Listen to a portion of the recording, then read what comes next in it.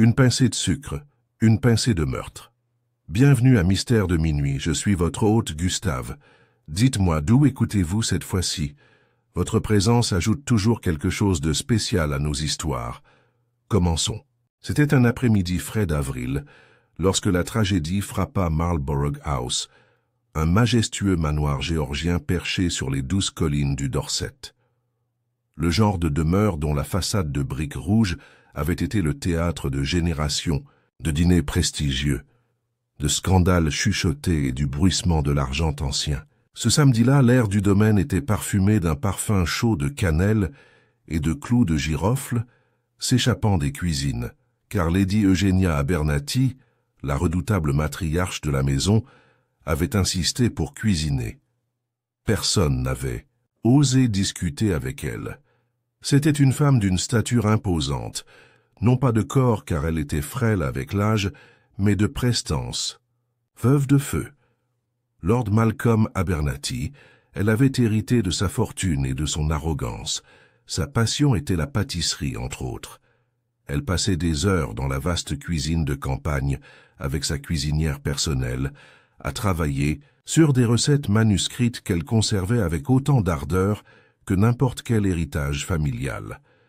Cet après-midi-là, la cuisine était en effervescence. Les invités commençaient à arriver pour ce que Lady Eugenia avait annoncé comme étant son dernier rassemblement printanier. Avant de me retirer définitivement de la société, avait-elle dit, parmi eux se trouvait James Lassay, son neveu, un écrivain charmant mais sans but, avec des dettes aussi longues que sa poésie. Delia Somerville, la compagne de Lady Eugenia, une femme timide avec des yeux qui voyaient bien plus qu'elle ne le laissait paraître. Chef Renaud Lefebvre, une star culinaire française au tempérament imprévisible, embauché pour co-animer la manifestation, et dont le récent licenciement d'un restaurant étoilé Michelin à Lyon est resté inexpliqué. Henrietta Cummings, historien de l'alimentation et auteur de livres de cuisine à succès, qui avait un jour accusé Lady Eugenia d'avoir plagié une vieille recette de tarte victorienne.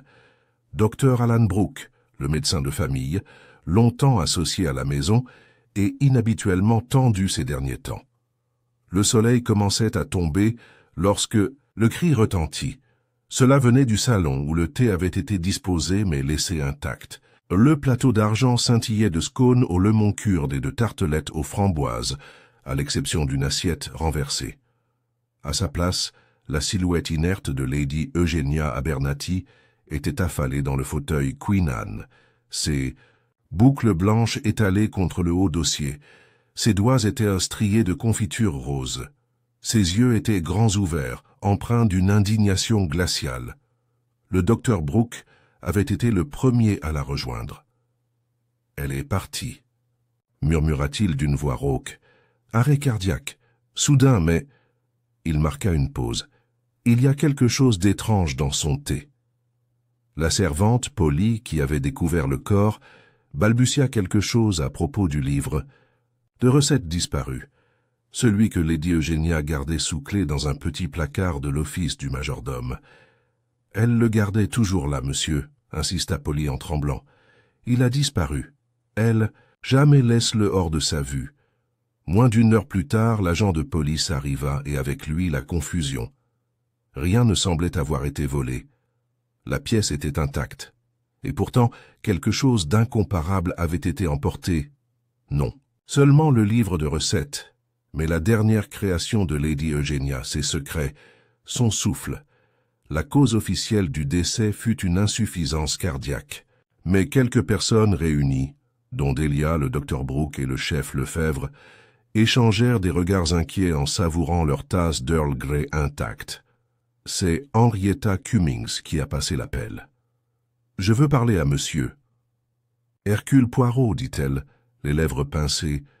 Si quelqu'un peut déceler le goût de la tromperie, c'est bien lui. » Le lendemain matin, une Bentley argentée ronronna dans la longue allée de gravier de Marlborough House, dérangeant 2 pigeons ramiers perchés sur le portail en fer forgé. Sous un ciel gris et bas, le manoir ressemblait plus à un mausolée qu'à une demeure. Malgré ses briques d'un rouge chaleureux, le lieu retenait son souffle. À l'intérieur, l'atmosphère s'était figée en une atmosphère fragile et incertaine. Le majordome, un homme austère nommé Hargreaves, ouvrit la porte avec l'expression résignée d'un homme habitué aux drames familiaux et aux demandes soudaines, de chambre d'amis. Mais il savait que ce n'était pas un invité ordinaire. « Monsieur Hercule Poirot », annonça-t-il sans cérémonie. Dans le hall d'entrée sombre, un homme trapu vêtu d'un costume anthracite parfaitement coupé entra. Ses chaussures brillaient malgré l'humidité et sa moustache, sombre, fournie et aussi rigoureusement taillée qu'une moustache de parade, était impeccable. Il retira ses gants un doigt après l'autre, examina le couloir comme s'il s'agissait d'un puzzle et hocha la tête. « Merci, Hargreaves. Puis-je vous demander un chocolat chaud? Le thé anglais n'est, comment dire, pas à mon goût. » Le majordome disparut sans un mot, et Poirot se tourna pour inspecter le grand portrait à l'huile qui se dressait au-dessus de la cage d'escalier. Lady Eugénia, peinte à son apogée, se tenait parmi les roses, une ombrelle dans une main gantée et un regard aussi perçant qu'un poignard. « Oui, » murmura-t-il, « elle ne semble pas être du genre à empoisonner discrètement. Une femme d'une telle force, elle résisterait à la mort comme elle résistait à la critique. » Du salon parvint un murmure de voix. Poirot entra. 5 d'entre eux. Je attendais, les mêmes que ceux mentionnés lors de l'appel d'Henrietta Cummings, le neveu écrivain, le compagnon, le cuisinier français, l'historien et le médecin. Tous avaient été informés de l'arrivée imminente de Poirot et arborèrent la politesse fragile de ceux qui se demandaient s'ils étaient témoins ou suspects. Henrietta Cummings se tenait la première. Elle était grande, anguleuse, et portait cette robe bleu marine austère qui laissait présager une certaine respectabilité universitaire. « Monsieur Poirot, » dit-elle sèchement, « merci d'être venu. » Il s'inclina légèrement. « Madame, je ne refuse jamais une affaire impliquant un livre de recettes disparu. Vous seriez étonnée de voir combien de fois on tue pour bien moins cher. » La remarque provoqua un rire nerveux chez Delia Somerville, la compagne de Lady Eugénia. Les yeux de Poirot se posèrent sur elle, petits, pâles et inquiets, comme un oiseau pris dans une vitre. Il prit une note mentale. « Peut-être, dit-il en s'installant dans un fauteuil, devrions-nous commencer par les faits.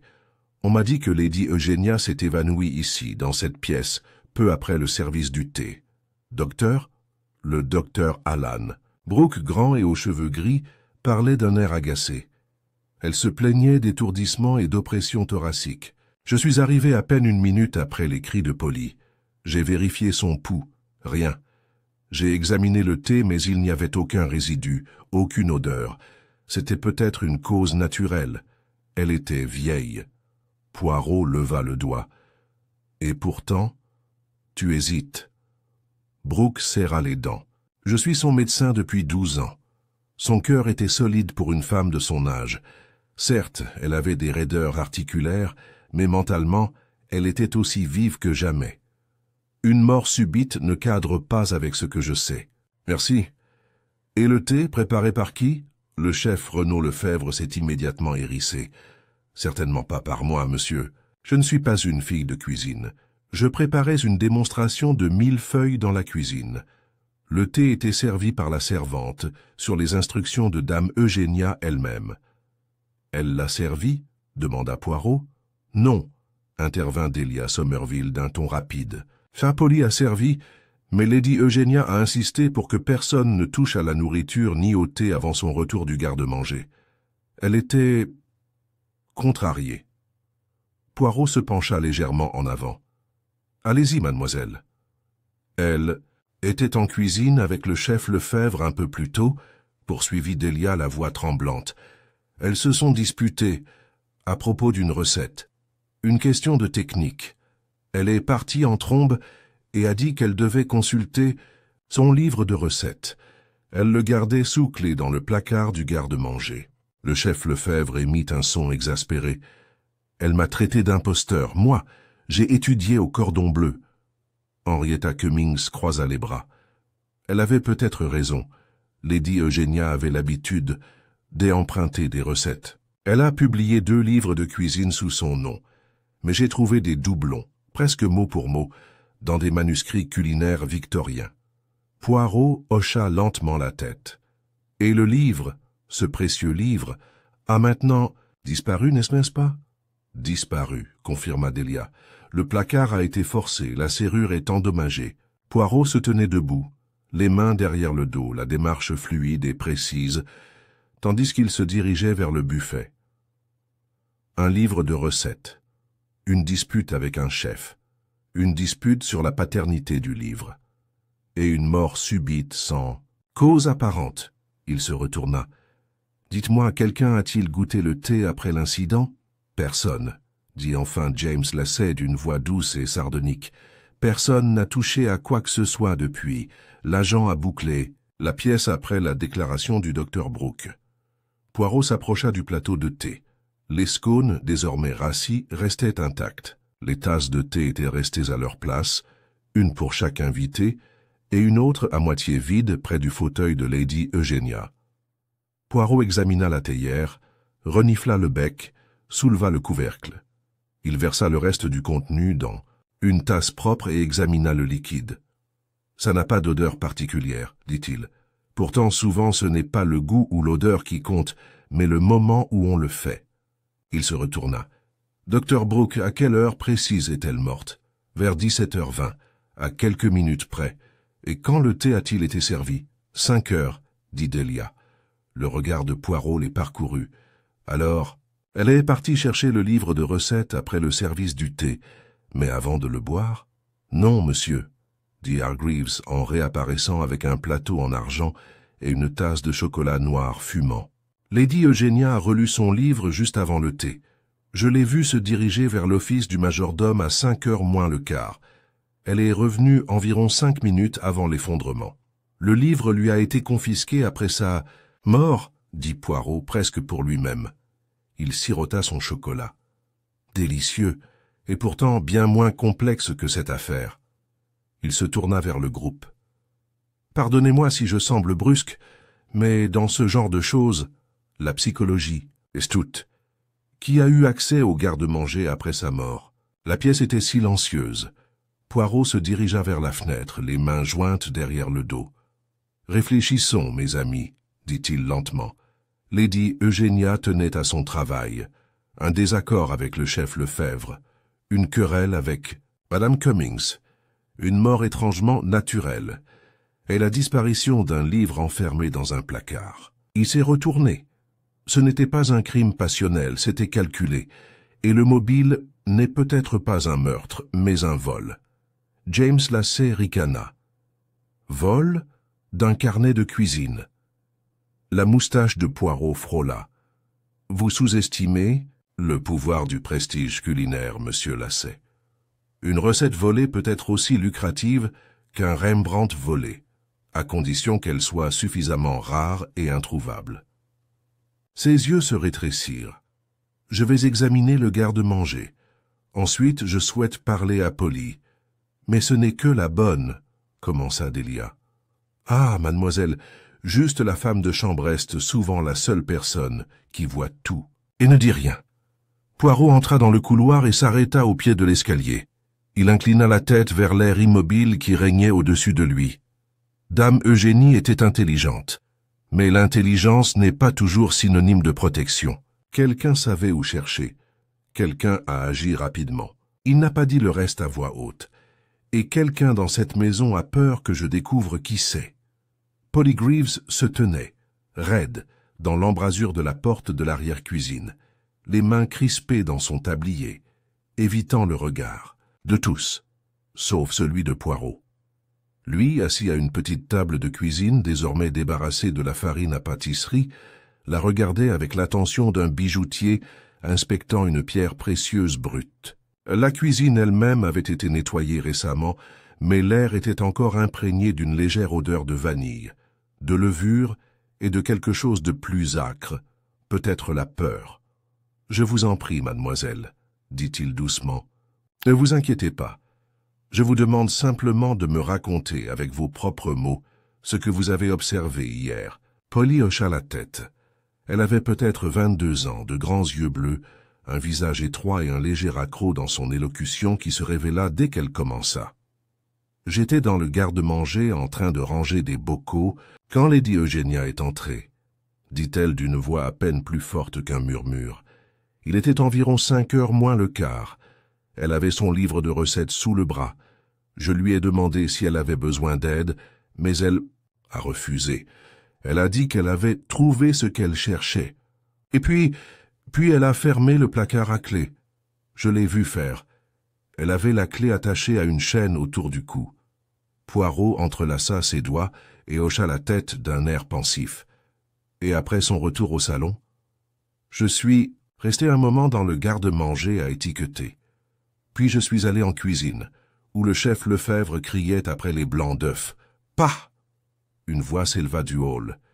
Ils étaient plates. Le ton offensé du chef Lefebvre s'estompa à nouveau. Polly parut inquiète, mais continua. Quelques minutes plus tard, j'ai pris le plateau de thé. Lady Eugénia était assise près du feu, attendant. Elle m'a demandé si j'avais bien réchauffé. La théière. Oui. Elle m'a dit de verser, mais pas de servir. Elle voulait le faire elle-même. Elle le faisait toujours pour ses invités. Poirot se pencha légèrement en avant, et ensuite, j'ai quitté la pièce et je suis retourné à l'arrière-cuisine. J'étais à mi-chemin du couloir quand j'ai entendu un bruit sourd. J'ai couru. Delia se tenait près de la porte. Elle a appelé à l'aide. Tout le monde est arrivé en courant. C'est là qu'on a vu ce qu'on a vu. La voix de Poirot s'adoucit. As-tu revu le placard après ça? Oui, monsieur. Je suis allé chercher quelque chose plus tard dans la soirée, une fois le gendarme arrivé. L'armoire avait été forcée. Le porte-clés était encore autour de son cou lorsque le docteur Brooke l'a examiné, mais l'armoire avait été forcée. Je l'ai vu aux échardes. Le livre avait disparu. Poirot resta silencieux un long moment. Puis il se leva et salua Polly. « Vous avez été très serviable, mademoiselle. Si je peux me permettre, prenez une part de gâteau. Une douceur apaise les nerfs, n'est-ce pas ?» De retour dans le garde-manger, Poirot s'accroupit pour examiner le petit placard en bois. L'éclatement était précis, comme s'il avait été fait avec un outil plat, non pas à la hâte, mais avec précaution. Il passa délicatement un doigt ganté sur le rebord intérieur et remarqua une légère trace de beurre. Ses yeux se plissèrent. Il examina ensuite le sol. De larges dalles d'ardoise, parfaitement propres, mais à l'angle où le mur du garde-manger rejoignait le plancher, quelque chose brillait faiblement. Poirot récupéra sa pince à épiler et souleva délicatement l'objet. Un petit morceau de papier d'aluminium doré cassé, du papier d'emballage. Il le présenta à la lumière et sourit. « Tiens, ce n'est pas tiré d'un livre de cuisine. Non. Mais peut-être un indice quand même. » Il retourna au salon. Les invités s'étaient dispersés sous l'autorité du gendarme, mais Poirot trouva James Lacey affalé dans un fauteuil à oreilles, une cigarette à la main, une expression d'ennui sur son beau visage. « Ah !» dit Poirot aimablement. « Monsieur Lacey, puis-je vous demander une brève conversation ?» James écrasa sa cigarette avec un flair théâtral. « Bien sûr, tout pour la justice. » Poirot ne réagit pas. « Vous étiez très proche de votre tante, si j'ai bien compris. Elle a payé mes frais d'université, oui, répondit James d'un ton léger, et elle a effacé mes dettes plus souvent que je ne le méritais. Mais non, nous n'étions pas proches. Je l'admirais comme on admire une guêpe, fascinante, perspicace, et qu'il valait mieux ne pas déranger.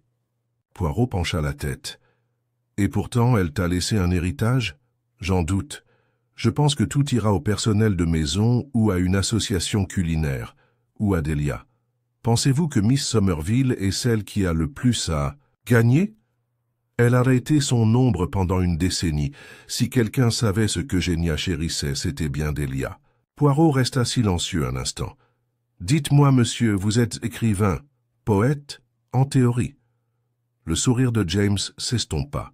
« Je n'ai pas beaucoup publié ces derniers temps. Je travaillais sur un mémoire culinaire, en fait. Fête et famine. Le déclin gastronomique de l'aristocratie britannique. Ironique, non? En effet. Et connaissiez-vous la valeur des recettes personnelles de Lady Eugenia? James haussa un sourcil. Seulement qu'elle les traitait comme des secrets d'État. Honnêtement, je pensais que la plupart étaient tirés de vieux volumes. Elle avait des dizaines de livres annotés au crayon, collant de taches de confiture et de beurre. Poirot haussa les sourcils. « Savez-vous où sont rangés ces autres livres ?»« Dans le bureau à l'étage. Fermé à clé également. Mais la femme de ménage a probablement un double des clés. » Poirot made a note. « Merci, monsieur Lasset. » En haut des escaliers, Poirot trouva Delia Somerville, seule dans le couloir, les mains jointes. Elle leva les yeux vers lui comme une écolière surprise en train de voler un objet. « Je ne l'ai pas pris, » dit-elle doucement. Poirot s'arrêta à quelques pas. « Et pourtant, tu savais ce que j'allais te demander. » Curieux. « Elle allait me virer, » dit Delia presque à voix basse. Je l'ai entendue se disputer avec le docteur Brooke. Elle disait qu'elle modifiait son testament. Elle disait que les gens étaient devenus trop à l'aise. Quelle personne, mademoiselle? Elle ne l'a pas dit, mais j'ai supposé... Enfin, moi. Peut-être James aussi. Et la cuisinière. Tout le monde voulait toujours quelque chose d'elle. Poirot hocha la tête. Et qu'est-ce que toi vouloir? Delia déglutit. La paix. Qu'elle cesse de me faire porter le chapeau. Poirot réfléchit à cela, puis demanda « Savez-vous où sont conservés les autres livres de recettes ?» Elle hésita. « Oui, dans le bureau, dans le placard de droite, sous clé. » Poirot se retourna. « Vous me permettrez de les examiner. » Delia fit un petit signe de tête. À l'intérieur du bureau, l'armoire était effectivement verrouillée, mais Poirot utilisa un petit outil en acier de son manteau et l'ouvrit avec une facilité surprenante. Les livres à l'intérieur étaient lourds, usés et remplis de papier, de bouts de papier et même de photographies décolorées. Poirot les tria méthodiquement. Nombre d'entre eux étaient annotés de la main acérée d'Eugénia. Il marqua, à une pause à un mince volume bleu, un trésor de dessert de la Régence. À l'intérieur, un parchemin plié portait l'élégante écriture d'une personne décédée depuis longtemps, et une recette pour quelque chose appelé la tarte sans nom. La tarte sans nom. Il la comparait à une feuille dactylographiée, placée à côté, étiquetée. Tarte signature de Lady Eugenia. Ne pas copier. Les recettes étaient identiques. Poirot ne sourit pas. Il se tapota le menton. Donc, le vol ne visait pas seulement à préserver un héritage. Il visait à effacer une fraude. De retour en bas, il trouva le docteur Brooke en train de terminer un appel tendu dans le hall. Les yeux de Poirot se fixèrent sur les siens. « Docteur, dites-moi, est-il possible que le cœur de Lady Eugenia ne soit pas la cause de sa mort ?» Brooke expira. « Je pensais que ce n'était peut-être pas le cas, mais sans preuve le policier a refusé. J'ai demandé une autopsie, elle est en cours d'organisation. » Les yeux de Poirot brillèrent. « Assurez-vous qu'il teste non seulement l'arsenic ou la strychnine, mais aussi une substance plus rare. La digitale. On la trouve souvent dans la digitale.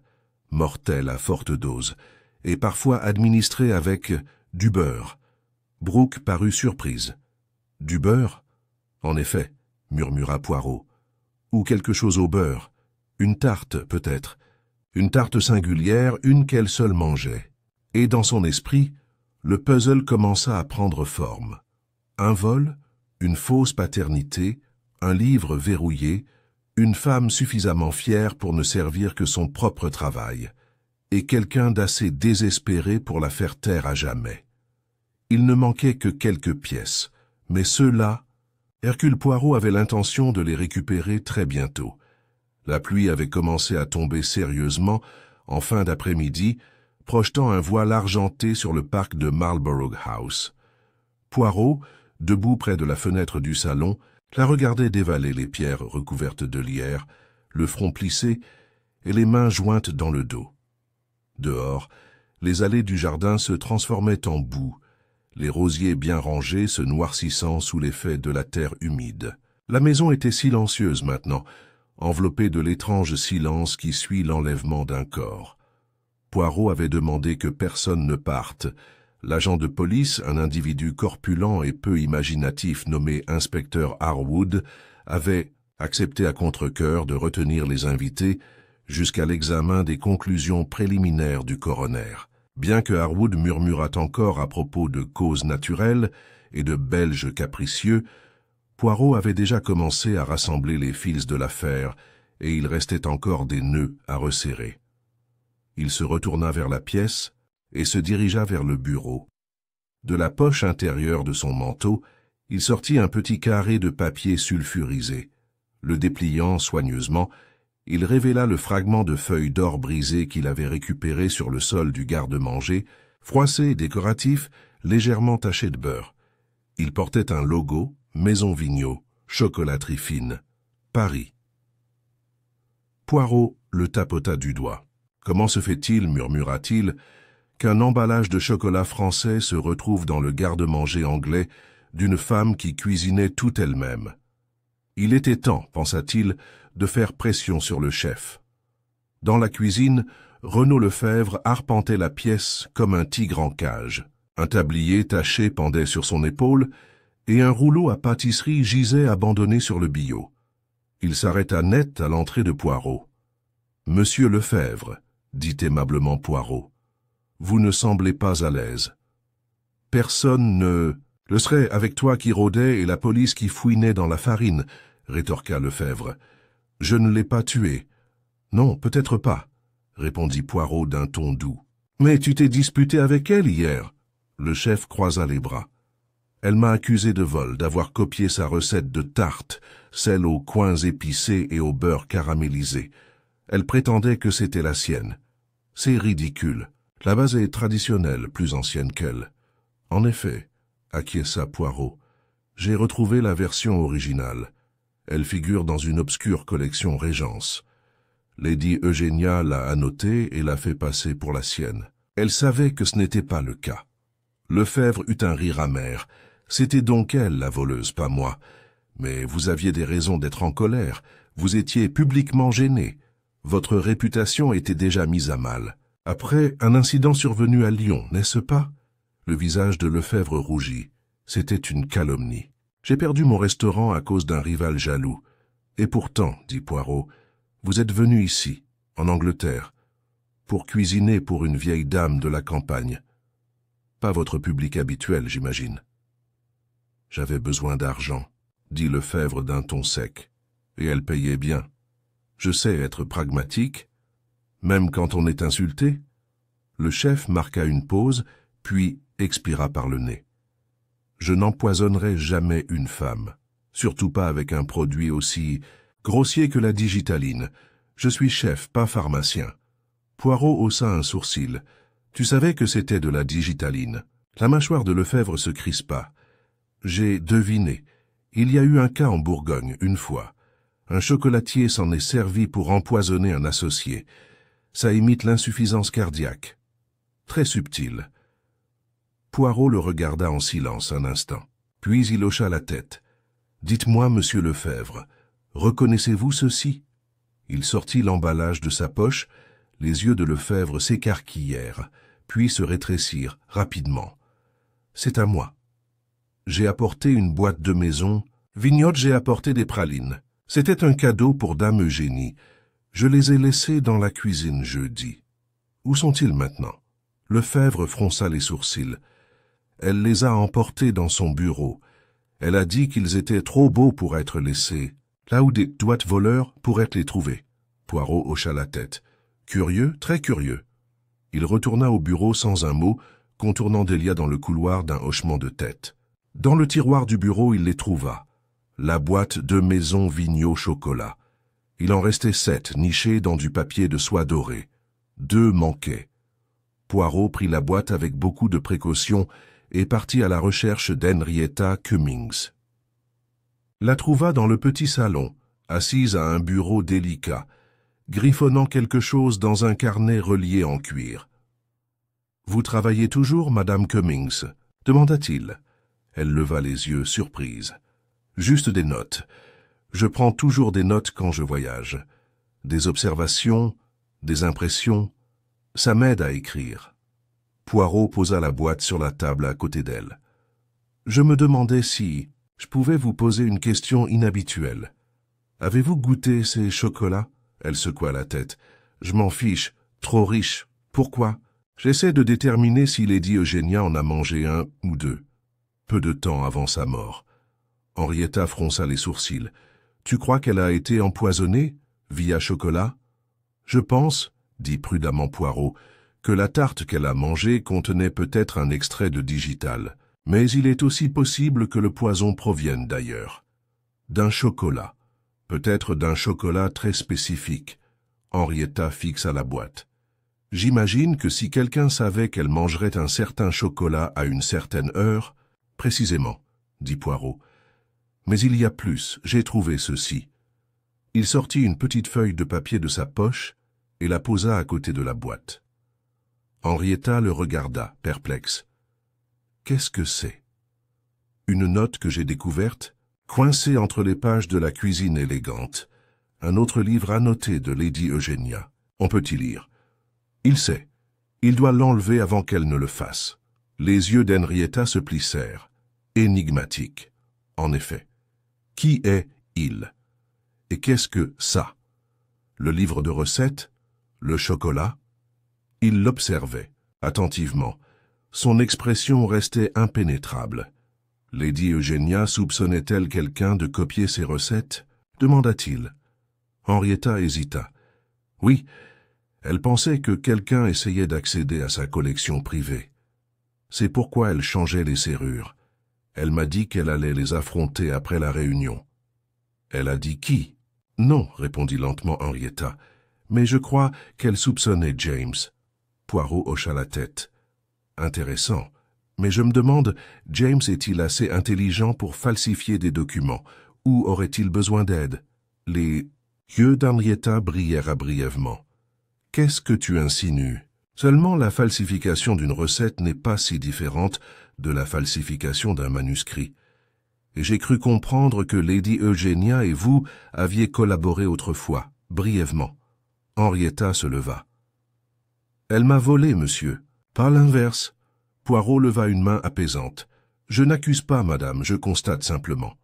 Ce soir-là, alors que la pluie diminuait et que Marlborough House retombait dans le silence, Poirot rassembla ses pensées dans la bibliothèque. La maison avait commencé à lui murmurer quelque chose, non pas des mots, mais des motifs. Des fils, 1. Le livre de recettes volé après la mort. Deuxièmement, une dispute avec le chef au sujet de la paternité de l'ouvrage. 3. Une boîte de chocolat contenant une quantité inconnue. 4. Une femme empoisonnée avec une substance trouvée dans la digitale, ce qui nécessite planification et précision. 5. Un neveu qui ressemblait à un fils, intelligent mais dissolu, qui risquait de perdre son héritage. 6. Un compagnon tranquille qui connaissait tous les secrets de la maison. 7. Un écrivain rival, présent pour un acte final de vengeance professionnelle. Et quelque part dans les marges de cette recette, complexe se trouvait la vérité. Poirot, les yeux fermés, murmura doucement pour lui-même « C'est presque terminé. Il ne reste plus qu'à le cuire. Et demain, mes amis, nous servirons la vérité. » Dehors, le tonnerre grondait faiblement, comme pour marquer la fin du début. Le lendemain matin, la pluie s'était arrêtée, laissant Marlborough House trempée mais luisante sous un vif soleil printanier. Une légère vapeur s'échappait des allées de gravier. À l'intérieur, l'atmosphère était tendue, comme si chaque invité avait pris conscience avec une acuité particulière de la présence de Poirot, circulant dans la maison tel un courant sous des eaux calmes. Le petit déjeuner était discret, pris individuellement dans les chambres ou complètement sauté. Le personnel s'agitait comme des fantômes. Poirot, cependant, s'était levé tôt et s'était habillé avec un soin particulier. Costume gris à fines rayures, cravate blanc tourterelle, chaussures vernies brillantes comme de l'obsidienne. Il prit son petit déjeuner seul dans la véranda, un œuf à la coque, du pain grillé et du café noir, avant de demander à tous les membres de la maisonnée de se réunir au salon à 10 heures précises. Ils arrivèrent avec des expressions variées. James Lacey, avec le sourire légèrement amusé de quelqu'un espérant une diversion. Delia pâle et les lèvres serrées, ses yeux se tournant constamment vers le couloir. Le chef Lefebvre lançant un regard noir, les bras croisés. Henrietta Cummings, composée mais indéchiffrable, et le docteur Brooke sombre, appuyé contre la cheminée comme s'il se préparait à quelque chose de désagréable. Poirot se tenait devant la cheminée, les mains soigneusement jointes. « Mes amis, commença-t-il, vous vous demandez peut-être pourquoi je vous ai fait venir ici, une fois de plus. Permettez-moi de vous assurer que nous sommes proches, très près, pour découvrir la vérité sur la mort tragique de Lady Eugenia Abernathy. » Personne ne parlait. Le seul bruit était le faible tic-tac de l'horloge en bronze doré sur la cheminée. Poirot poursuivit. « Revenons sur les événements de cet après-midi fatidique. Lady Eugenia a pris le thé avec vous tous peu après avoir examiné son bien, le plus intime, le livre de recettes manuscrit enfermé dans l'office du majordome. Peu après, elle s'est effondrée et est décédée. La cause? Un empoisonnement à la digitale. Administré non pas dans son thé ni dans son vin, mais, je crois, dans la tarte qu'elle seule a consommée. » Delia halta, se couvrant la bouche. James se raidit sur son siège. « Oui, » poursuivit Poirot, « seule Lady Eugenia a mangé la tarte. Elle ne faisait pas partie du plateau de thé. Elle l'avait préparée séparément, plus tôt dans la matinée. Son invention, sa fierté. C'était une déclaration, peut-être même une signature finale, et il marchait lentement devant eux. Mais il y a un détail qui m'a troublé, mes amis. Un emballage doré trouvé dans le garde-manger, provenant d'une boîte de chocolat de luxe apportée par notre estimé chef. Des chocolats qui ont disparu, puis réapparu, avec 2 manquants. Le chef Lefebvre secoua la tête, les lèvres pincées. « Je ne l'ai pas empoisonné, monsieur. »« Je vous crois, » répondit Poirot avec une douceur surprenante. « Vous étiez fier, impétueux, certes, mais pas aussi rusé que ce crime l'exigeait. Non, ce n'était pas l'œuvre de la passion.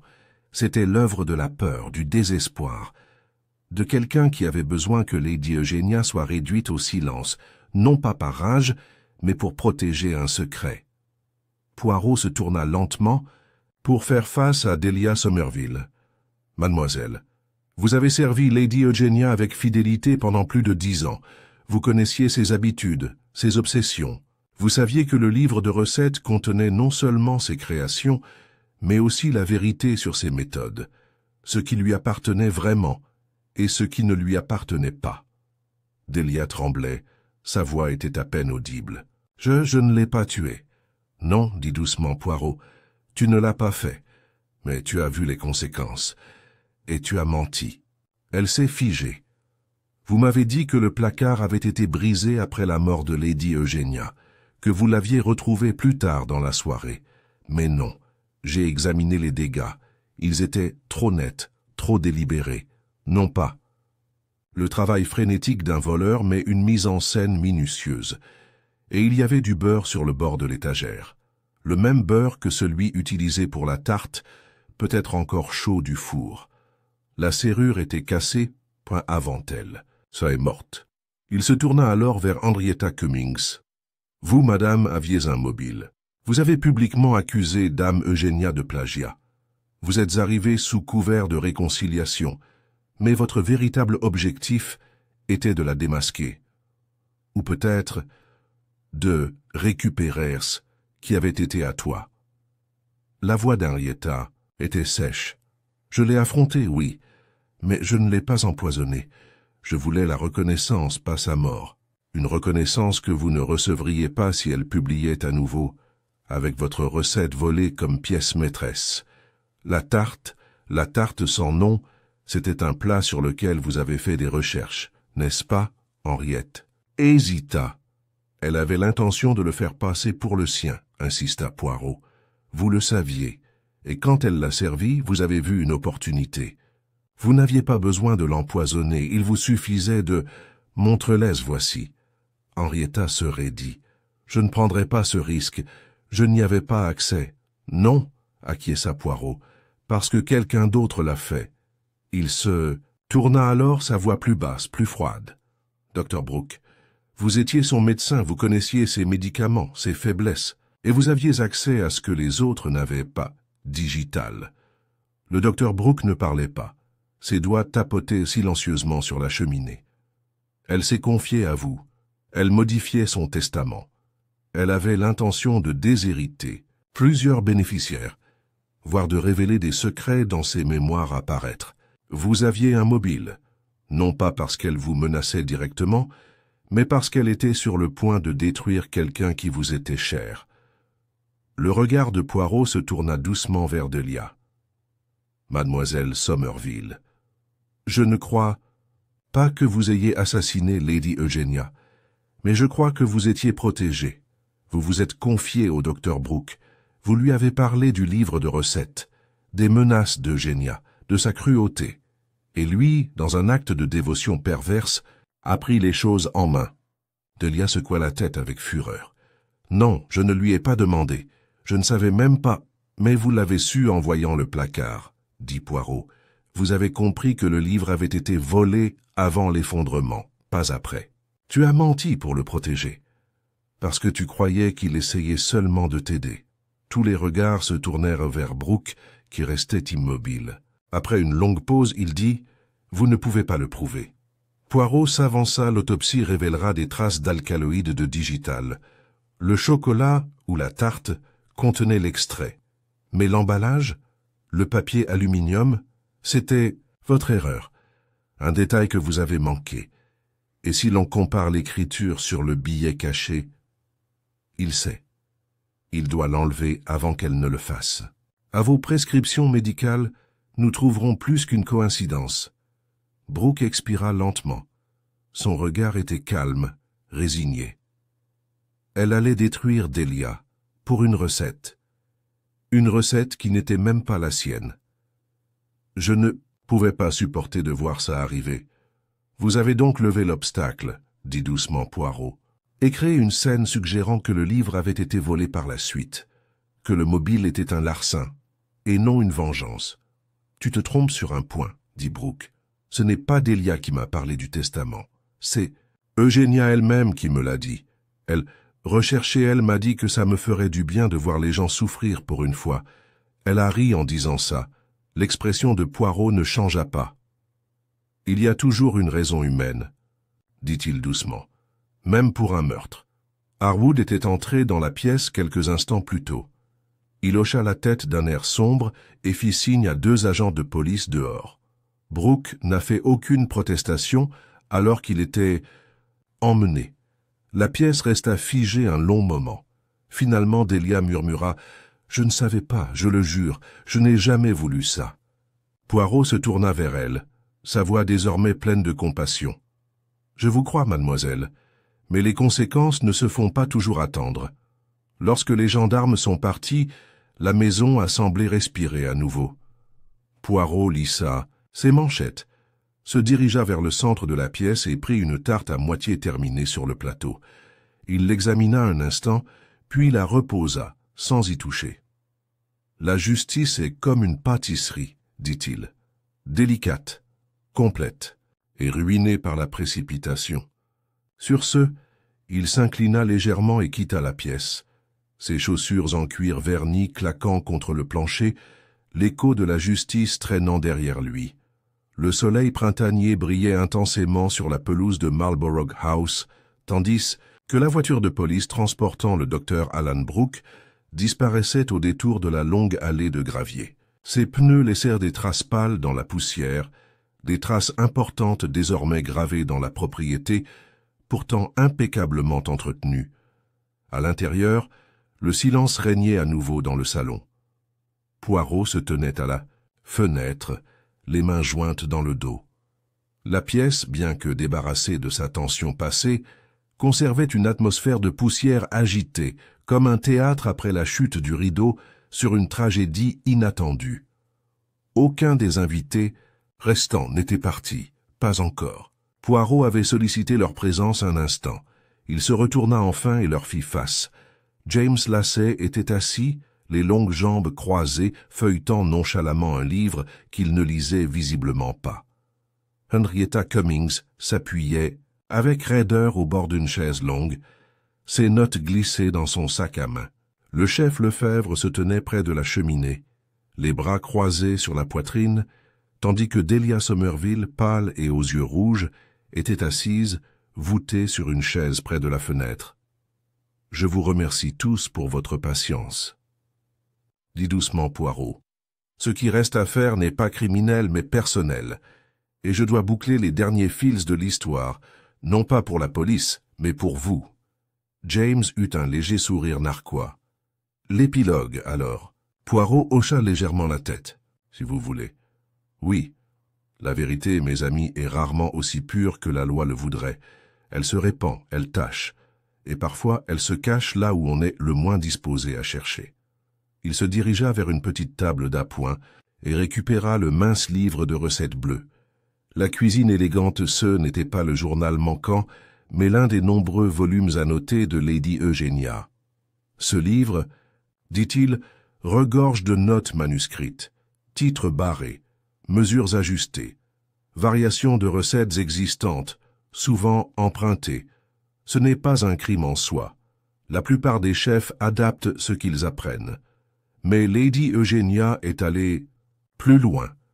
Elle a fait passer ses recettes pour les siennes, les publiant souvent sous des titres fantaisistes, avec des modifications subtiles qui masquèrent la source.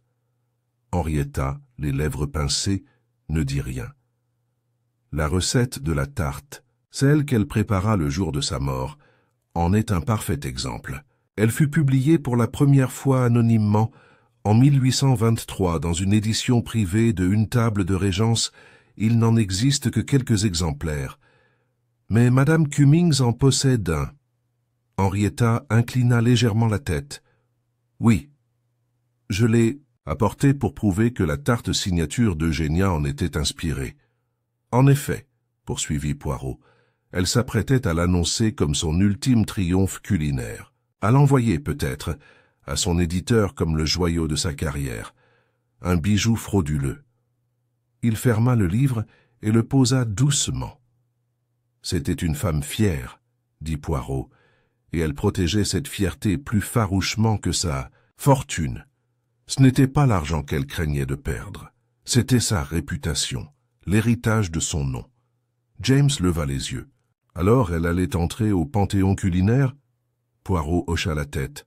« Exactement. Et plusieurs d'entre vous avaient des raisons de la dénoncer. Henrietta par souci d'intégrité professionnelle, le chef Lefebvre pour sa propre réputation.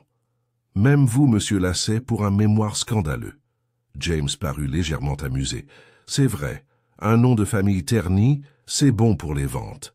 Mais aucun d'entre vous ne l'a assassiné. Cet honneur, nous le savons maintenant, revient au docteur Brooke, qui a cherché à protéger mademoiselle Somerville de l'abandon. » Poirot se tourna vers Delia qui baissa les yeux sur ses mains. « Tu m'as dit que tu ne lui avais pas demandé de jouer, » dit-il doucement, « et je te crois.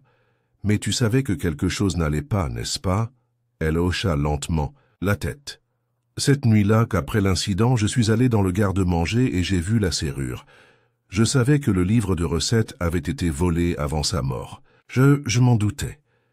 Mais je ne pouvais pas me résoudre à le dire. Tu craignais les conséquences, » dit Poirot. « Non seulement pour toi, mais aussi pour quelqu'un qui a agi, même mal, par affection. » Delia murmura. Il pensait qu'il me sauvait. Poirot resta silencieux un instant. Puis il dit « Vous avez été dévoué à Lady Eugénia pendant de nombreuses années. Vous avez supporté son tempérament, son orgueil, ses manipulations. Mais ce n'était pas de l'amour, c'était de la survie. » Delia ne l'a pas nié. Henrietta, rompant enfin son silence, dit « Le véritable héritage de Lady Eugénia Abernathy est donc une recette volée et une vie ruinée. »« Pas entièrement, » dit Poirot en se tournant vers elle. « À cause de son orgueil, oui, d'autres ont souffert, mais sa chute n'est pas unique. L'histoire regorge de personnes brillantes ruinées par la vanité. » Henrietta haussa un sourcil. « Et la recette, qu'est-ce qu'elle devient ?» Poirot réfléchit. Techniquement, c'est du domaine public. Et pourtant, l'idée d'en tirer profit, sachant le prix... Sa voix s'éteignit.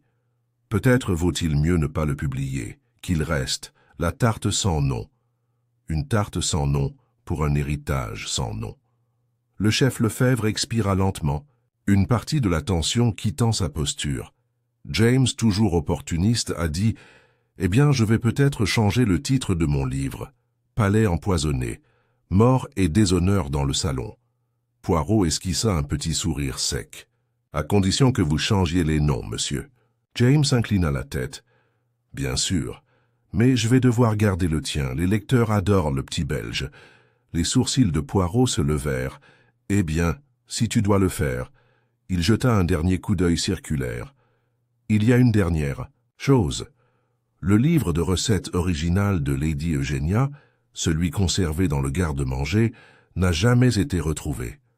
Tout le monde s'est figé. » Poirot poursuivit. « Le docteur Brooke ne l'a pas pris. Ni vous, à moins d'avoir été particulièrement subtil.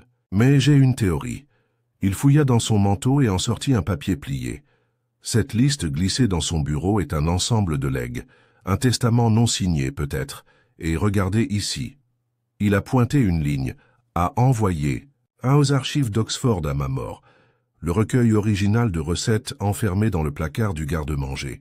Ainsi, conclut Poirot, le livre n'était pas destiné au monde. Il était destiné à disparaître, discrètement, dans une bibliothèque, où personne ne remettrait en question son contenu.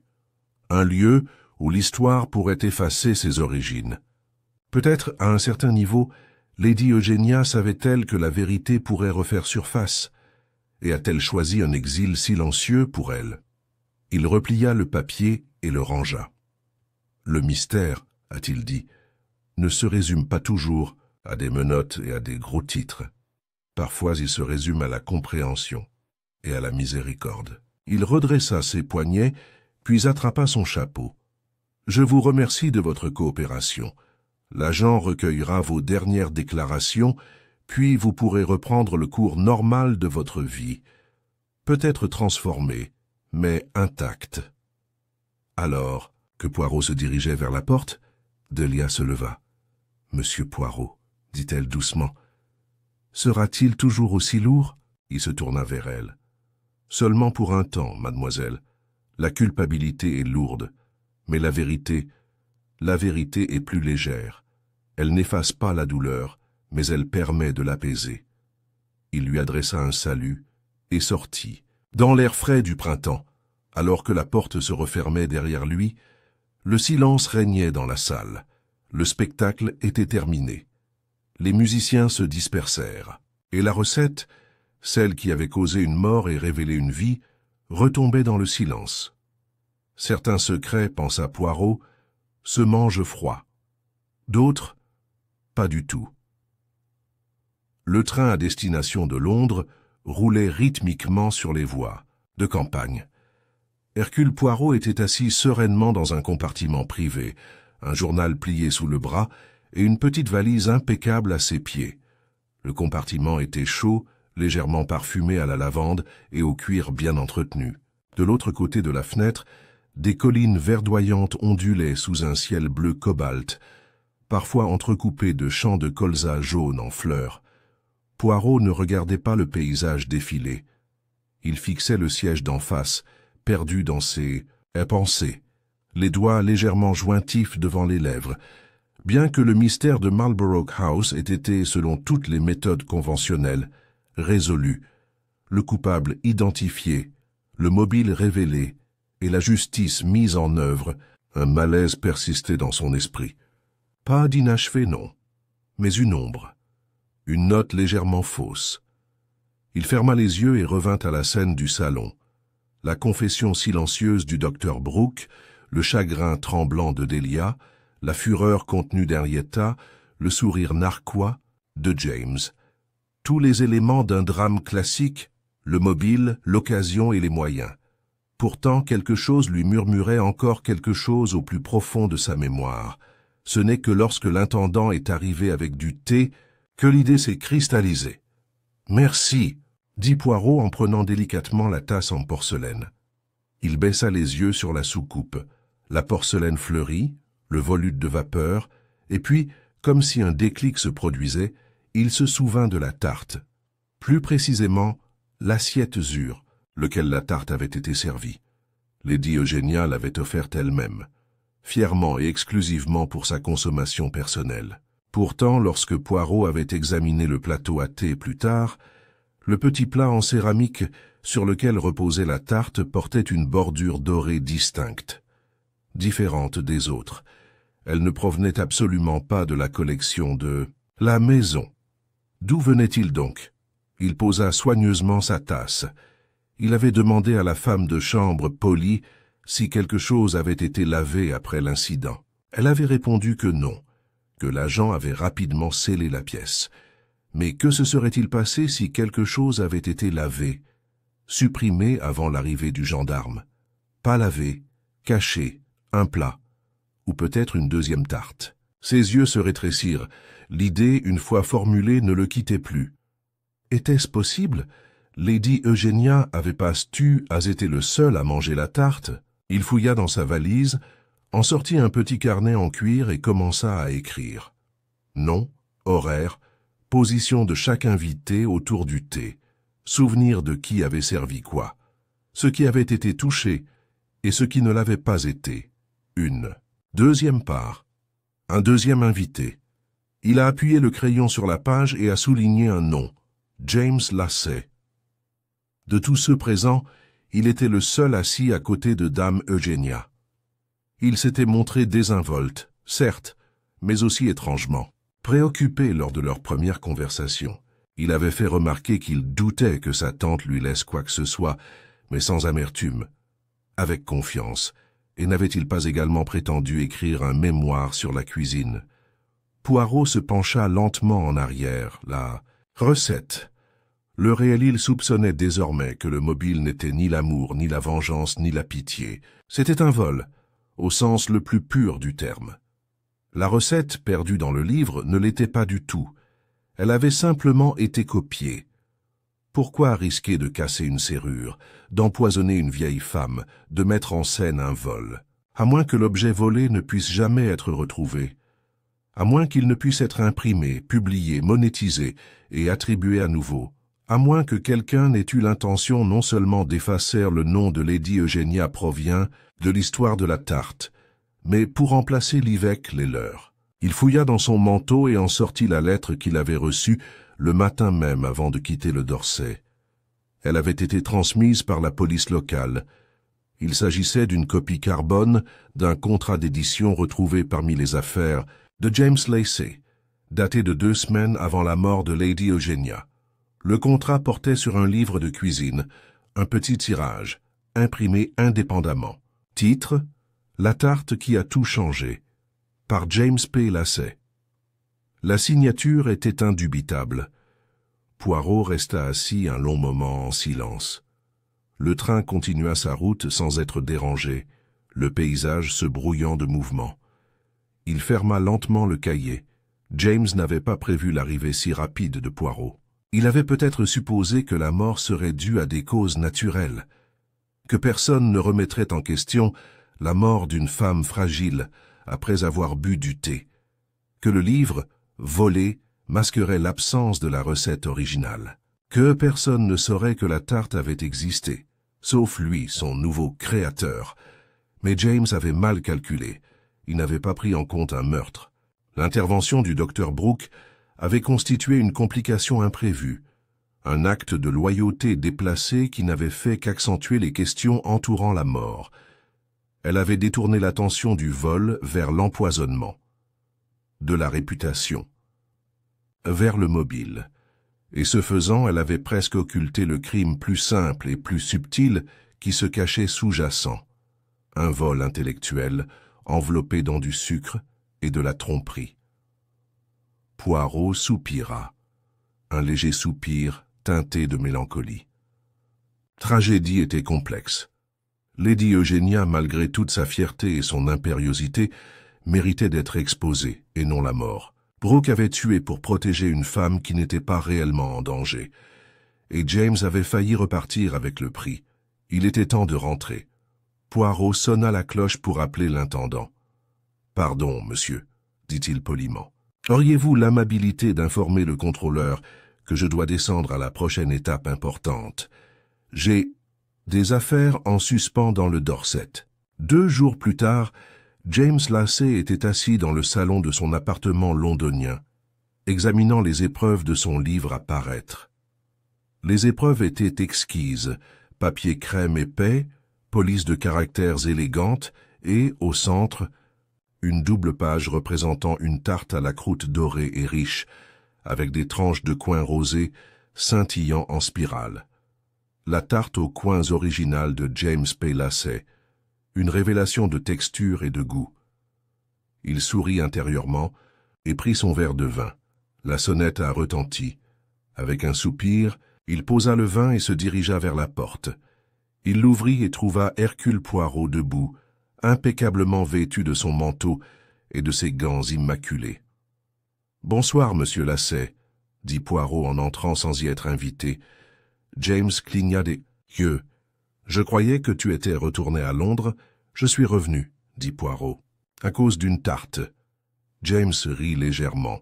« Tu as fait tout ce chemin pour parler de pâtisserie? »« Oui, » répondit Poirot. « Voyez-vous, vous avez copié une recette, et vous l'avez fait passer pour la vôtre. » Le sourire de James s'estompa. Poirot fit un pas en avant. « J'ai lu votre contrat, j'ai vu l'ébauche de votre livre.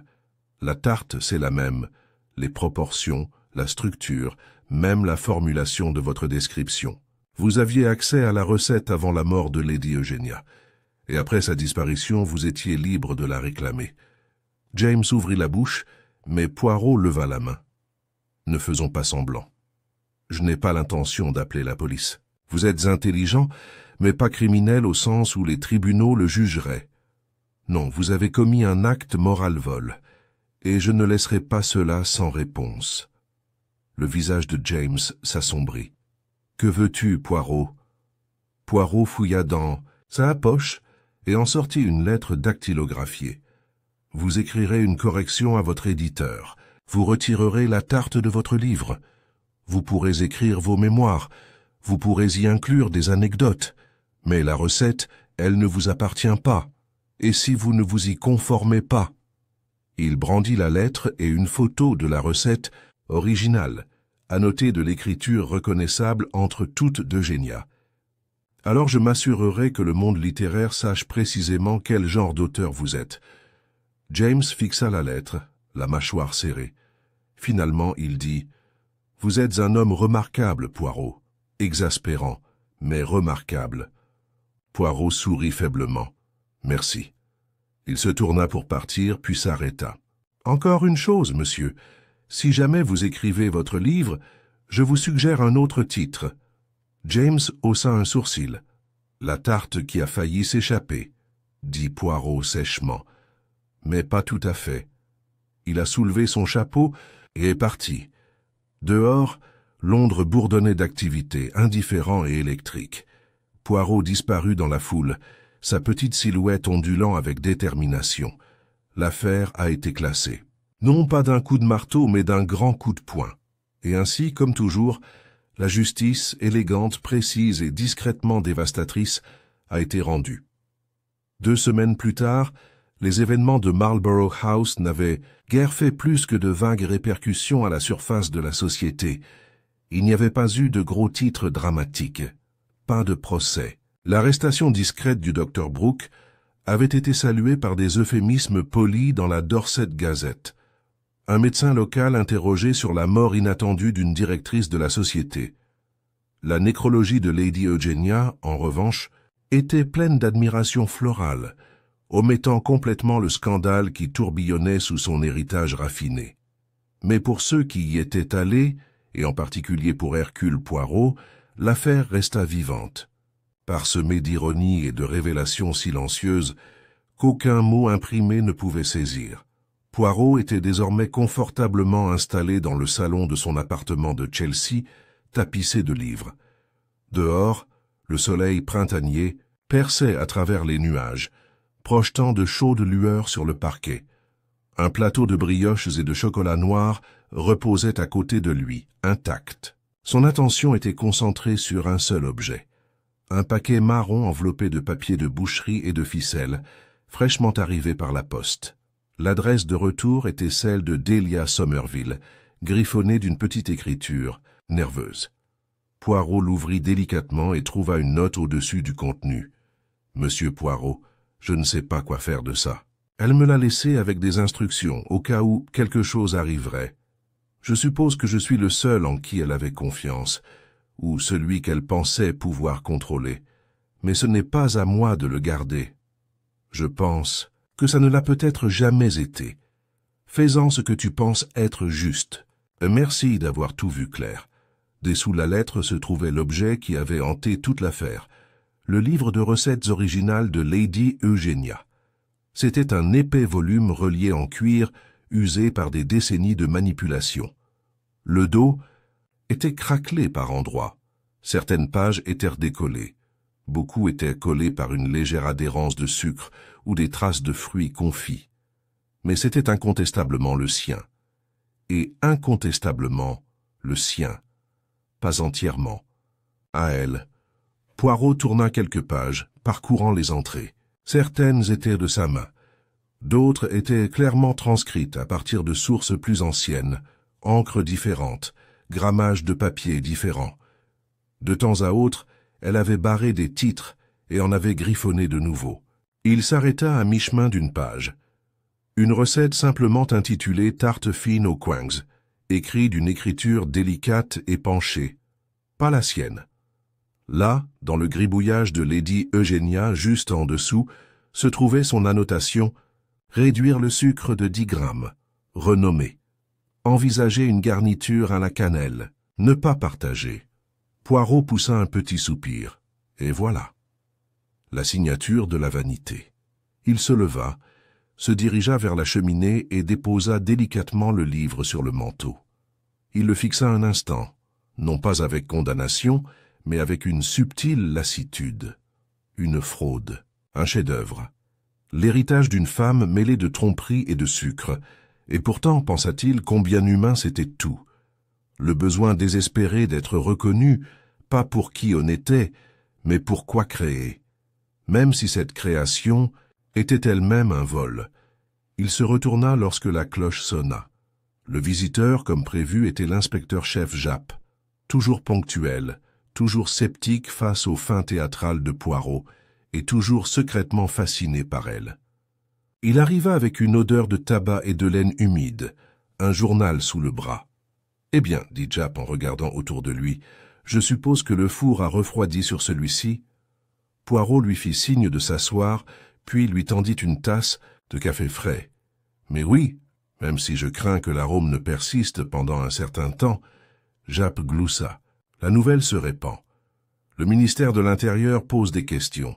On dirait que quelqu'un a prévenu dans un supplément du dimanche qu'un dessert oublié depuis longtemps appartenait à une famille titrée du Dorset. Il pense que ça pourrait être la prochaine mode.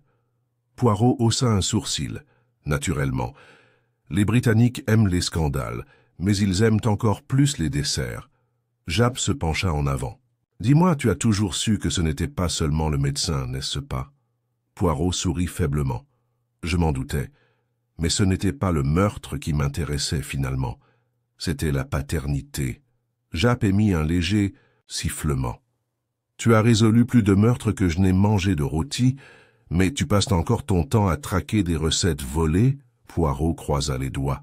« Parce que, mon ami, c'est le même principe, le vol de la vérité. Un mensonge cuit à la perfection.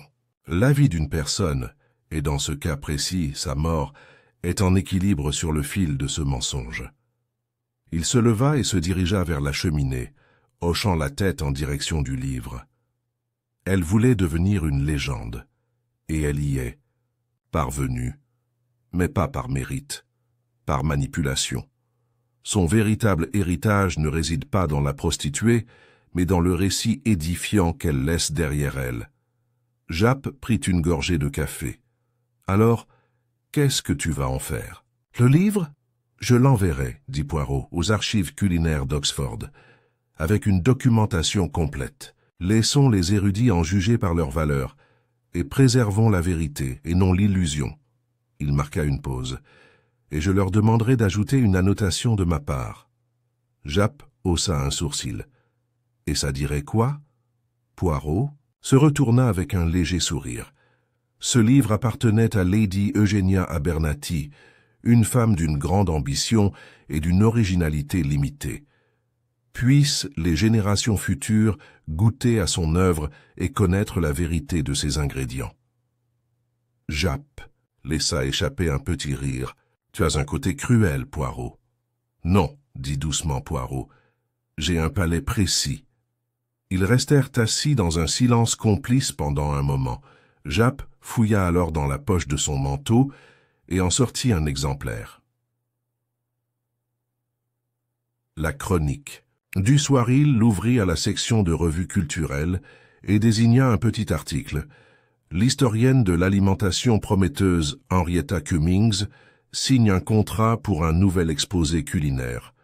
Sucre volé, vérités amères, la véritable histoire de la cuisine de la haute société anglaise. Qu'elle ne perd pas de temps, a déclaré Japp. Poirot hocha la tête. Elle sera brutale mais précise, et peut-être dans son honnêteté, fera-t-elle ce qu'Eugénia n'a jamais pu, gagner respect. Japp tapota l'article. Et le neveu? Poirot secoua la tête. Monsieur Lasset a accepté de retarder la publication. La tarte a disparu du livre. Il a peut-être conservé ses mémoires, ses blagues, son charme, mais plus la recette. Tu penses toujours qu'il s'en est tiré à bon compte? Poirot haussa légèrement les épaules. La culpabilité n'est pas toujours punie au tribunal, mon ami. Parfois, elle se gâte. Et c'est là, je vous l'assure, sa propre sentence. Ils restèrent assis un moment encore, à regarder le soleil tomber sur les toits. La lumière vira alors, puis à l'ambre, puis au gris doux. Une autre affaire classée, une autre vérité dévoilée, non pas par un coup de feu ou une poursuite, mais par l'erreur humaine, la vanité et ce mobile des plus étranges, le désir d'être reconnu. Finalement, Japp se leva pour partir. « Tu prends parfois des vacances, Poirot ?» Poirot lissa ses poignets. « Quitter l'Angleterre? Jamais. Mais peut-être un week-end à Brighton, avec un bon menu. Il y a une boulangerie sur Western Road qui, paraît-il, fait un bon millefeuille. » Japp leva les yeux au ciel.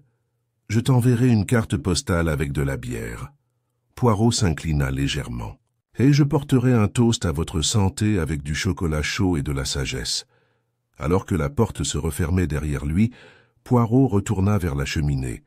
Il prit la brioche, la cassa délicatement et enfourra un morceau dans sa bouche. « Ah !» dit-il doucement, simple, honnête, et entièrement de moi. Sur ce, Hercule Poirot s'assit pour savourer le reste de la journée, satisfait peut-être non pas du triomphe, mais de la clarté, car dans ce cas précis, la justice n'avait pas pris la forme d'un châtiment, mais dont la paternité est restaurée.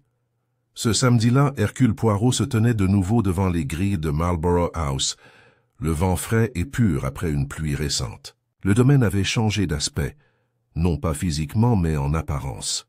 Le manoir autrefois impérieux, qui avait si fièrement gardé ses secrets derrière des haies taillées et d'épais rideaux, semblait désormais quelque peu humilié, comme s'il avait lui aussi été contraint de reconnaître la vérité qui s'y était révélée. Poirot n'était pas revenu pour faire son devoir, mais pour prendre une résolution. Il fut accueilli à la porte par Hargreaves, le majordome toujours austère dont l'expression présentait un changement subtil. Pas de la chaleur, certes, mais quelque chose comme un respect réticent. « Monsieur Poirot, » dit-il avec une petite révérence. « Mademoiselle Somerville vous attend dans le jardin. »« Merci, Hargreaves, » répondit Poirot en lui tendant son manteau et son chapeau. « Et la maison est-elle plus calme, j'imagine ?» Le silence a une qualité différente maintenant. « Fort, » dit le majordome sans plus de précision, et il disparut. Poirot traversa les couloirs familiers, leurs ombres adoucies par la lumière printanière, et sortit dans le jardin. Les massifs recommençaient à fleurir, les premiers effluves D'iris et d'encolie perçaient à travers le paillis. Le parfum de la terre humide était doux et réconfortant. Il trouva Delia Somerville agenouillée près d'un parterre d'herbes fraîchement plantées, les gants sales et les cheveux rentrés sous un chapeau de paille. Elle se leva en le voyant, essuyant ses mains sur son tablier. « Monsieur Poirot, je ne m'attendais pas à votre retour. » Poirot inclina la tête. « J'ai pour habitude, mademoiselle, de revisiter la scène non pas du crime, mais de la conclusion. La clôture, je trouve, nécessite un second regard. » Delia esquissa un sourire pâle. « C'est plus généreux que la plupart des détectives. Mais, non, je ne suis pas comme la plupart des détectives. » Ils étaient assis ensemble sur un banc en bois sous la tonnelle, désormais drapé de jeunes vignes de clématite. Delia resta silencieuse un moment. Puis, je n'arrête pas de penser à tout ce que je ne lui ai pas dit, à elle, à son sujet. Je suppose que je croyais que je serais là pour toujours, et qu'elle serait toujours ce qu'elle était. Maintenant, tout me semble inachevé. La fin d'une vie arrive rarement sans heurts, mademoiselle. On ne conclut pas sa vie avec des salutations soignées et des déclarations signées. Souvent, on laisse des nœuds derrière soi. Elle le regarda. « Tu crois qu'elle s'est jamais souciée de moi ?» Poirot fronça doucement les sourcils. « À sa manière, oui, mais je crois que Lady Eugénia n'aimait personne plus que son propre reflet. Vous étiez peut-être le miroir le plus clair qu'elle ait pu trouver. C'est une forme d'intimité, même si elle n'est pas toujours bienveillante. » Delia hocha la tête, le regard perdu dans le vague. « J'ai trouvé une autre lettre, qu'une qu'elle avait écrite à son notaire, mais qu'elle n'avait jamais envoyée. Elle modifiait son testament, non pas pour me déshériter comme je le craignais. Elle me donnait la maison. » Poirot ne réagit pas immédiatement. « Elle n'a jamais rien dit, » continua Delia. « Elle m'a fait croire que je serais rejetée. J'ai passé des années à marcher sur des œufs, à essayer d'être parfaite, craignant de me retrouver sans rien. » Poirot dit doucement, « Le pouvoir, mademoiselle, se cache souvent derrière le silence, surtout lorsqu'il souhaite rester incontesté. »« J'ai failli lui pardonner, » murmura Delia, « mais maintenant c'est trop tard.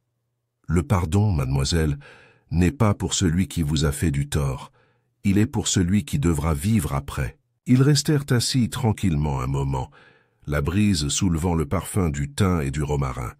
Finalement, Poirot demanda « Et que vas-tu faire maintenant ?»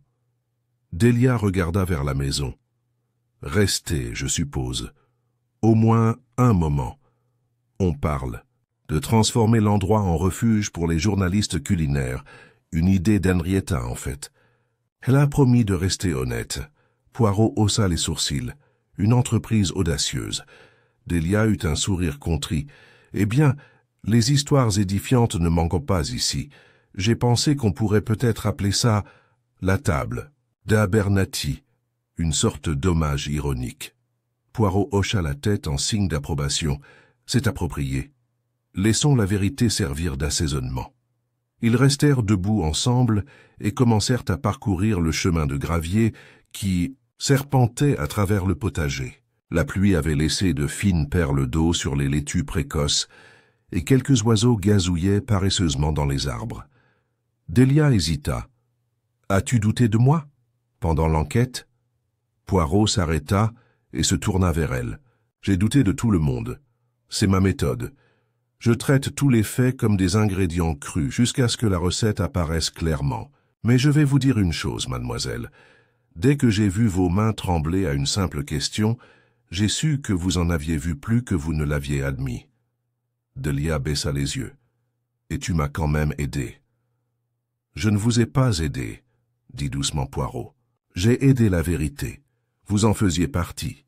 Mais le docteur Brooke aussi, et James, et même Lady Eugénia dans son silence. » Il s'arrêta. « Il n'y a pas d'innocent, seulement des degrés de culpabilité.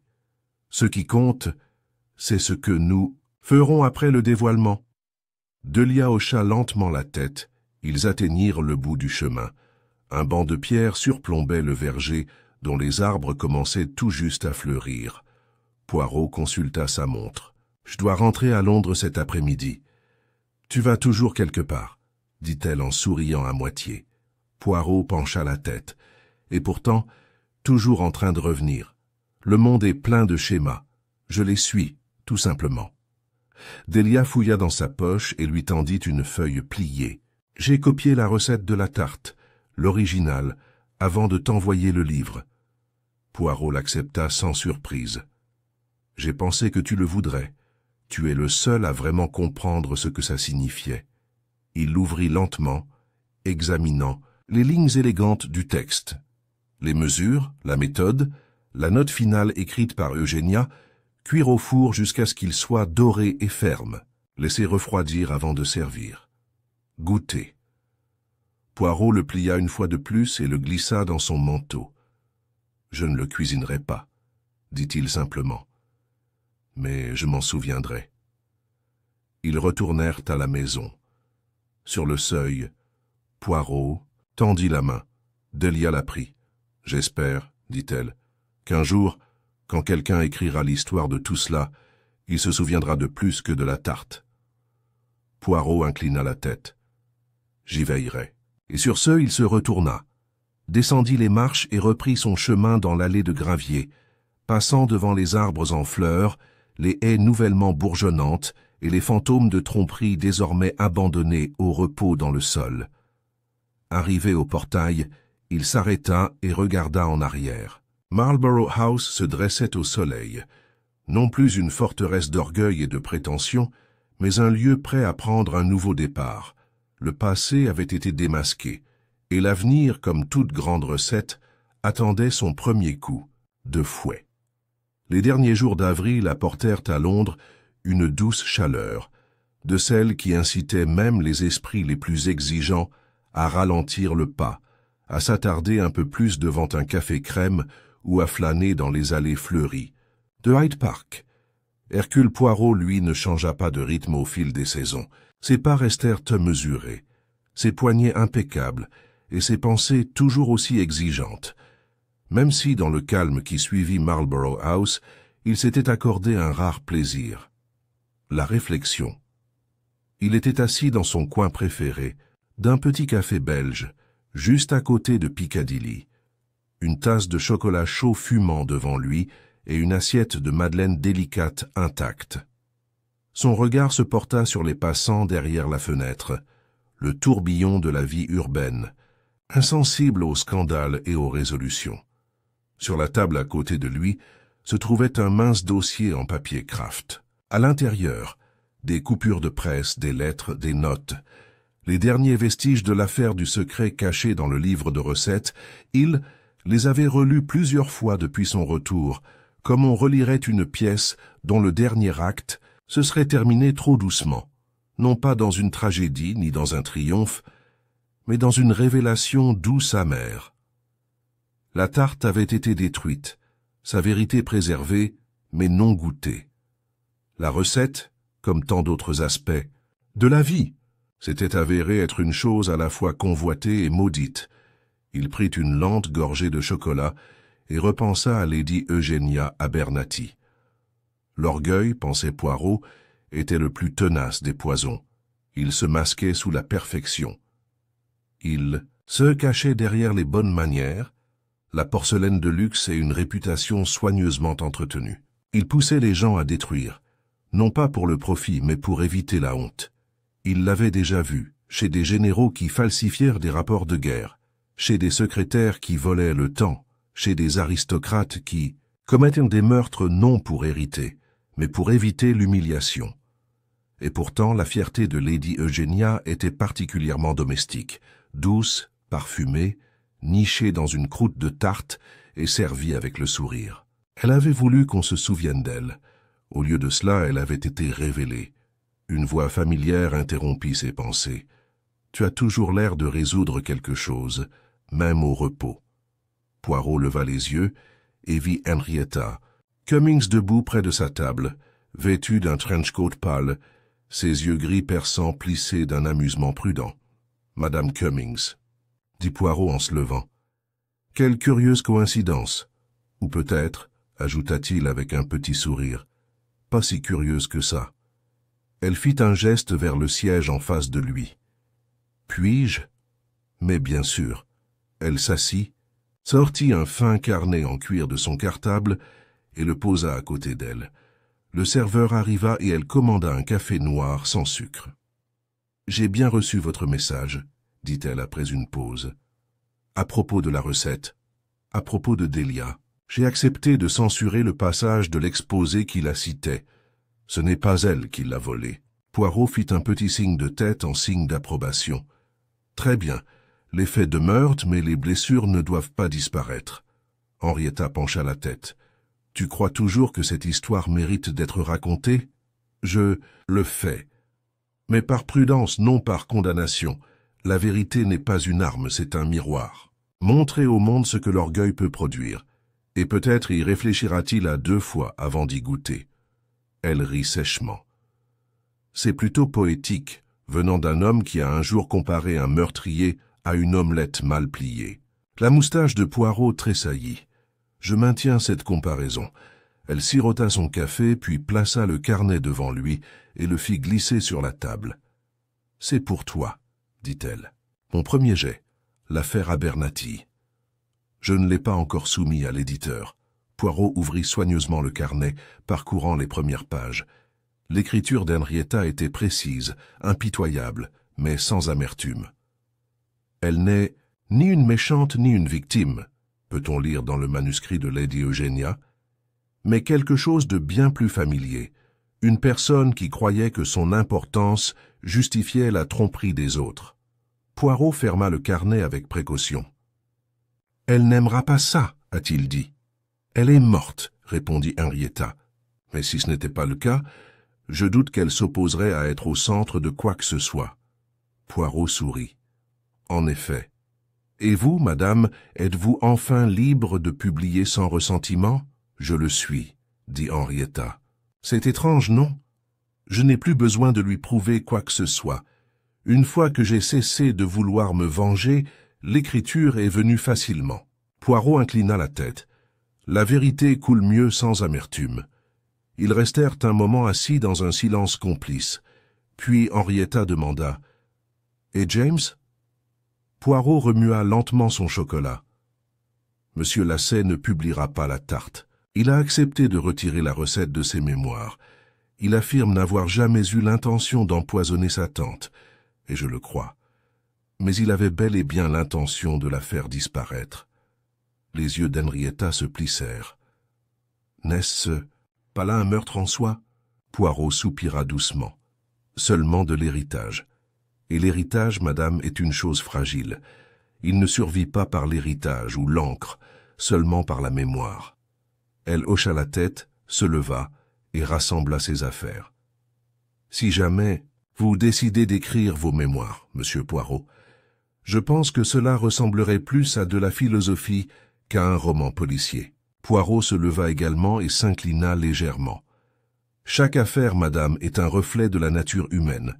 Le crime n'en est que le catalyseur. » Ils se séparèrent à la porte du café, et Poirot la regarda disparaître dans les rues de Londres, son carnet pressé contre sa poitrine. Une autre histoire, une autre interprétation en route vers la publication. Et pourtant Poirot ne ressentait aucune urgence à écrire sa propre version. Ce soir-là, alors que la ville s'installait dans le crépuscule, il retourna à son appartement et déposa la recette de tarte pliée dans une petite boîte en bois, avec un télégramme décoloré d'un meurtre résolu dans un train, une boîte d'allumettes d'un club parisien et un brin de romarin pressé d'un jardin d'il y a longtemps. Il ferma la boîte à clé, la plaça sur l'étagère supérieure de son armoire et lissa les revers de sa robe de chambre. Ce n'étaient pas des souvenirs, pensa-t-il. C'étaient ingrédients, des rappels de la saveur, de l'arôme et du poids de chaque caisse. Plus tard dans la soirée, tandis que la pluie chuchotait contre les fenêtres, Hercule Poirot était assis dans son fauteuil, un mince recueil de poésie à la main. Pas une seule fois il ne jeta un coup d'œil au dossier sur son bureau.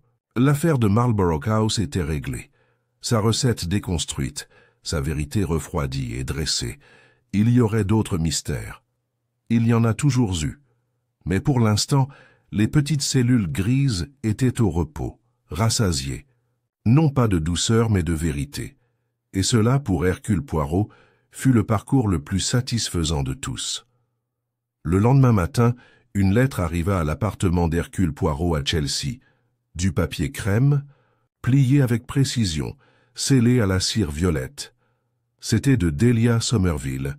« Monsieur Poirot, je pensais que tu devrais être le premier informé. J'ai décidé de quitter Marlborough House. Pas tout de suite, il reste encore beaucoup à faire, mais bientôt. La maison n'est plus lourde. Elle a exhalé les secrets qu'elle portait. L'amertume l'a quittée et je crois que je dois la quitter aussi. Le livre d'Henrietta est en cours de publication. Elle a honoré la vérité sans cruauté. J'ai lu la version finale hier et j'ai pleuré, non pas de chagrin mais de reconnaissance. Tu m'as dit que la culpabilité était un poids. Je l'ai porté pendant des années, persuadé que je devais me taire pour survivre. Mais maintenant, peut-être, je peux vivre honnêtement, non pas avec son ombre, mais avec ma propre histoire. Merci, non seulement d'avoir résolu le mystère, mais aussi d'avoir vu les personnes qui se trouvent à l'intérieur. Avec gratitude, Delia S. Poirot lut la lettre 2 fois, puis la déposa délicatement sur la table, à côté de son thé du matin. Il resta assis un long moment, immobile à regarder la lumière du soleil progresser sur le tapis, telle la lente progression de la justice elle-même, pas rapide, mais inévitable. Et ainsi, la tarte sans nom avait accompli son héritage, non pas comme un triomphe, mais comme une vérité. Lady Eugénia avait recherché l'immortalité dans l'encre et le sucre, mais elle avait laissé quelque chose d'autre derrière elle, un récit édifiant sur le prix de la perfection et la frontière fragile entre l'héritage et l'illusion. Henrietta avait trouvé sa voie. Delia avait retrouvé sa liberté. James avait été épargné, mais pas sans être marqué. Et Poirot avait une fois de plus prouvé qu'aucun crime, aussi joliment déguisé soit-il, ne pouvait échapper à la persistance silencieuse des petites cellules grises. Il se leva, ajusta ses menottes et se dirigea vers la cheminée, où reposait maintenant l'enveloppe vide. Il prit la petite boîte en bois, celle qui contenait la recette originale, la dernière pièce du puzzle. Il l'ouvrit une fois de plus, examina la recette une dernière fois, puis d'un geste lent et délibéré, la plaça dans le feu. Le parchemin s'est rapidement enroulé, noircissant sur les bords, se désintégrant en cendres. Il n'y aurait plus de copies, plus de demandeurs, plus de vols. L'histoire de la tarte avait été écrite, exposée et consumée par la vérité. Poirot se détourna sans le regarder brûler. Justice avait été rendue, non pas par une punition, mais par la clarté. Et dans cette clarté, une grâce finale. Il attrapa son chapeau et sa canne. Une affaire était terminée. Le monde, comme toujours, était plein de mensonges qui n'attendaient qu'à être déballés. Et Hercule Poirot, détective de l'esprit et de l'âme, serait prêt à goûter à la prochaine.